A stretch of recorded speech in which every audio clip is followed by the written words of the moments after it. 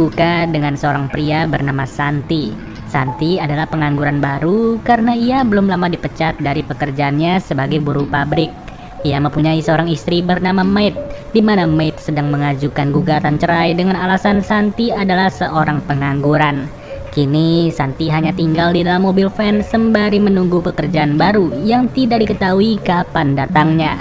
Dan selama itu juga lah, ia sering kena tilang oleh polisi akibat parkir sembarangan. Mau gak mau, Santi harus bekerja serabutan agar bisa mendapatkan sedikit penghasilan. Tak tanggung-tanggung, menjadi pesuruh dari orang kaya pun Santi mau, walau ia sendiri sangat sering diremehkan. Ya, bisa dibilang Santi merasa kalau hidupnya itu tidaklah berguna serta dipenuhi oleh kesialan.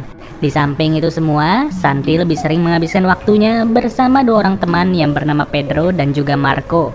Marco sudah berkeluarga serta memiliki dua orang anak, sedangkan Pedro merupakan seorang lajang yang harus tinggal bersama ibunya.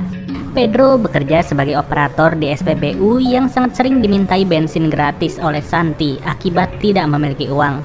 Setelah itu, Santi pun bertemu dengan Maid demi membahas gugatan cerai, yang ternyata surat cerai baru bisa keluar setelah 3 bulan masa pengajuan. Selesai pertemuan itu, Santi pun curhat kepada seorang ibu-ibu penjual tiket lotre. Di sini, Santi dibujuk untuk membeli 1 tiket lotre demi meluapkan rasa pusingnya. Yang tanpa pikir panjang, Santi segera membeli tiket tersebut serta menyimpannya di dalam bungkus rokok. Kemudian di saat malam hari, Santi terlihat datang ke acara reuni di sekolahnya. Di sana ia bertemu dengan Marco dan juga Pedro.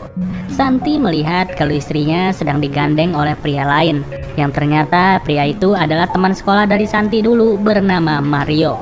Mario dulunya sering dibully karena ia memiliki fisik yang gendut. Namun sekarang ia memiliki badan yang atletis dan menjadi atasan Maid di kantornya. Alhasil, Santi pun pulang dengan rasa kesal yang luar biasa. Namun setelah beberapa waktu, Santi masih belum bisa tidur, di mana ia malah sengaja membuang bungkus rokok beserta tiket lotrenya. Ketika hari berganti, Maid memberitahu kalau Mario tertarik menawarkan pekerjaan kepada Santi yang pengangguran, di mana Santi akan melakukan interview terlebih dahulu sebelum resmi jadi pekerja. Dari situ, Santi pun langsung dibanding-bandingkan dengan Mario yang sudah memiliki penghasilan luar biasa. Namun siapa sangka, gak lama dari itu, nomor pemenang lotre pun mulai diumumkan. Santi yang teringat dengan tiket lotrenya segera bergegas mengobok-ngobok tempat sampah. Bahkan saking buru-burunya, Santi pun sempat disangka stres oleh tetangganya akibat pengangguran dan juga ditinggal oleh sang istri. Tapi mereka nggak tahu aja kalau ternyata Santi sudah menjadi pemenang dari undian lotre senilai 30 juta dolar atau setara 461 miliar rupiah. Apa boleh buat, Santi nggak mau ambil pusing dan ia segera tancap gas untuk pergi ke sebuah bank. Ketika tiba, Santi pun datang dengan ceria sembari berniat menarik uang-uang yang sudah ia dapat. Perasaan risih turut dirasakan juga olehnya ketika semua orang sadar bahwa ia sudah menjadi pemenang dari undian lotre istimewa. Tapi lagi-lagi, siapa yang menyangka secara diam-diam manajer bank yang bernama Demian sudahlah mengikuti Santi. Ia menawarkan bantuan untuk bisa mengelola seluruh hasil yang didapat oleh pria tersebut. Luar biasanya, dengan status sebagai pemenang lotre, polisi pun gak berani lagi menilang Santi. Ia dibebaskan begitu saja setelah informasi tersebut mencuat dengan sangat cepat. Kemudian mereka berdua pun bergegas nongkrong di sebuah restoran mewah. Di sana Demian kembali menawarkan diri untuk menginvestasikan sebagian uang yang sudah didapat oleh Santi. Dan dikarenakan Maid masih menjadi istri sah, secara hukum Santi pun harus membagi uang yang ia dapat kepada Maid sebesar 50%. Jelas Santi nggak rela dong jika istri kurang ajar itu hanya datang ketika ia senang. Yang dimana demi kebaikan bersama, Santi pun disarankan untuk menyembunyikan uang-uangnya hingga surat cerai berhasil keluar. Saat esok hari, Santi bergegas datang ke kantor Mario untuk interview kerja. Di sana, Santi sangat tidak nyaman dengan Mario yang bersikap arogan dan menanyakan pendidikannya. Tapi setelah itu semualah, Santi pun akhirnya diterima bekerja sebagai seorang penjaga supermarket. Hebatnya, ketika pulang, ia malah sengaja membeli beberapa barang mahal yang selama ini sudah diincar. Mulai dari jas mewah, sepatu, hingga jam tangan super mewah. Semua itu dilakukannya secara diam-diam, sembari terus menyembunyikan seluruh uang hasil lotre dari teman-temannya. Upaya demi upaya pun turut dilakukan dengan cara semua barang belanjaannya sengaja ia sembunyikan di dalam gudang rumah. Seluruh kemasan dari makanan-makanan mahal pun turut ia ganti dengan kemasan murah agar terlihat susah. Sampai satu ketika, tak ada angin tak ada hujan, maid pun tiba-tiba pulang ke rumah itu. Maid yang melihat suaminya tanpa selai benang mulai merasa kalau sang suami udah stres berat akibat kondisi finansialnya. Dari situlah Santi pun lebih memilih menghabiskan waktu sendirian aja. Dengan menyewa hotel bintang 7, ia benar-benar melewati waktu dengan sangat luar biasa. Lalu ketika hari berganti, Santi terlihat pergi berselancar bersama Pedro dan juga Marco. Pada titik ini, mereka bertiga turut nongkrong-nongkrong sebentar di sekitar pantai. Gak jauh-jauh juga, Mario turut berada di tempat yang sama sembari berselancar seorang diri. Saat perjalanan pulang, Santi harus kena tilang lagi untuk yang kesekian kalinya. Dimana dengan segera, Santi bergegas sembunyi agar si polisi tetap menilang mobil mereka. Namun sayangnya, Santi harus ketahuan dan berujung kedua temannya harus dibuat bingung karena tiba-tiba saja si polisi batal menilang. Berusaha untuk tetap nggak ketahuan, Santi berkata bahwa ia memang berkenalan baik dengan polisi tersebut. Kemudian waktu pun berlalu dengan cepat dan Santi akan segera bekerja sebagai karyawan supermarket. Di sini Santi diantar oleh seorang supir pribadi yang mana ia turut mengganti bajunya sebagai petugas kebersihan. Dan ketika tiba di supermarket, ia pun dimarahi oleh Mario karena Santi terlihat miskin sekaligus kumuh.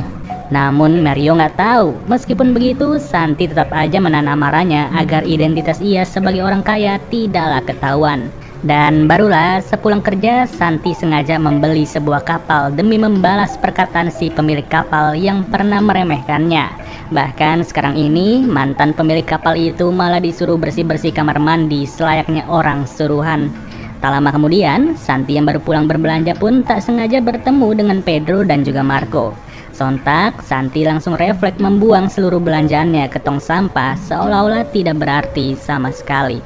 Setiba di rumah, datanglah kedua mertua yang belum tahu apa-apa terkait perceraian dari Santi dan juga maid. Alhasil, obrolan mulai berlangsung panjang sampai-sampai si bapak mertua mulai menyadari kalau jam tangan yang dipakai oleh Santi adalah jam tangan super mewah. Tak mau sombong, Santi langsung berkata bahwa jam yang ia pakai hanyalah jam KW biasa. Dan selepas dari malam tersebut, tiba-tiba saja Santi mulai merasa sedih. Ia menyesal sudah menikmati uangnya sendirian, yang berujung Damian pun diminta untuk membuat rencana pembagian jatah kepada Pedro beserta Marco. Di sini, jatah Pedro sengaja disalurkan melalui seorang wanita yang pura-pura menawarinya pekerjaan sebagai model dengan bayaran bermiliar-miliar. Sementara Marco sendiri, ia sengaja diinformasikan bahwa dirinya baru saja mendapat warisan dari pamannya senilai 5 miliar rupiah. Singkat cerita, di saat Santi sedang bermain golf, ia pun diberitahu oleh Damian bahwa Mario baru saja meminjam uang di sebuah bank. Yang setelah ditelusuri, ternyata Mario berencana menjual supermarketnya dan bahkan mem-PHK seluruh pegawainya. Di sisi lain, Marco terlihat mengambur-ngamburkan uang yang baru saja ia kira didapati dari arisan. Dari situlah, mau gak mau Santi harus mengaku kepada kedua temannya bahwa ia sudah menang lotre. Dan jelas saja, Pedro sama Marco langsung tercengang sampai-sampai mobil si Marco harus tercebur begitu saja. Lalu hari pun berganti di mana Mario mengumumkan informasi pahit. Supermarket miliknya akan segera bangkrut alias tutup total dari ujung ke ujungnya. Dan atas kabar tersebut, Santi malah merasa bodoh amat.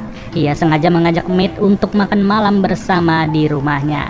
Santi sengaja menyewa koki beserta pelayan hanya untuk menyajikannya berbagai hidangan spesial. Dan sebelum benar-benar berpisah, maid bersama Santi terlihat melewati malam itu dengan romantis. Saking romantisnya, Santi udah ngebet parah untuk memberitahu bahwa belakangan ini ia baru saja memenangkan lotre. Namun siapa sangka, bukannya senang, maid pun langsung marah besar. Keadaan buruk ini juga turut menimpa kedua temannya setelah Pedro dianggap sebagai model yang buruk. Sedangkan Marco sendiri mulai mengalami permasalahan rumah tangga setelah ia mendapatkan uang tersebut. Ya, semenjak segala kekacauan itulah, Santi pun mulai melakukan beberapa tindakan. Dimulai dari mentransfer sebagian uang lotrenya kepada sang istri secara cuma-cuma, hingga membeli supermarket milik Mario atas nama maid. Dimana setelah itu semua, Damian turut memberitahu maid bahwa Santi sudah berangkat ke luar negeri.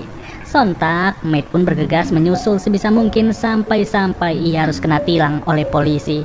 Tapi seperti biasa, tilangan itu tidak berarti setelah si polisi sadar kalau Maid adalah istri dari Santi alias pemenang lotre. Di sini proses pencarian benar-benar memakan waktu sih guys. Maid berlari ke sana kemari sampai pada akhirnya ia berhasil bertemu dengan sang suami. Dan dengan terjadinya momen inilah, Maid sadar bahwa pria bertanggung jawab jauh lebih berarti daripada pria yang hanya mengandalkan harta. Kini, Pedro sudah berhasil diangkat menjadi model terkenal, sedangkan Marco kembali mendapatkan momongan baru alias anak ketiga.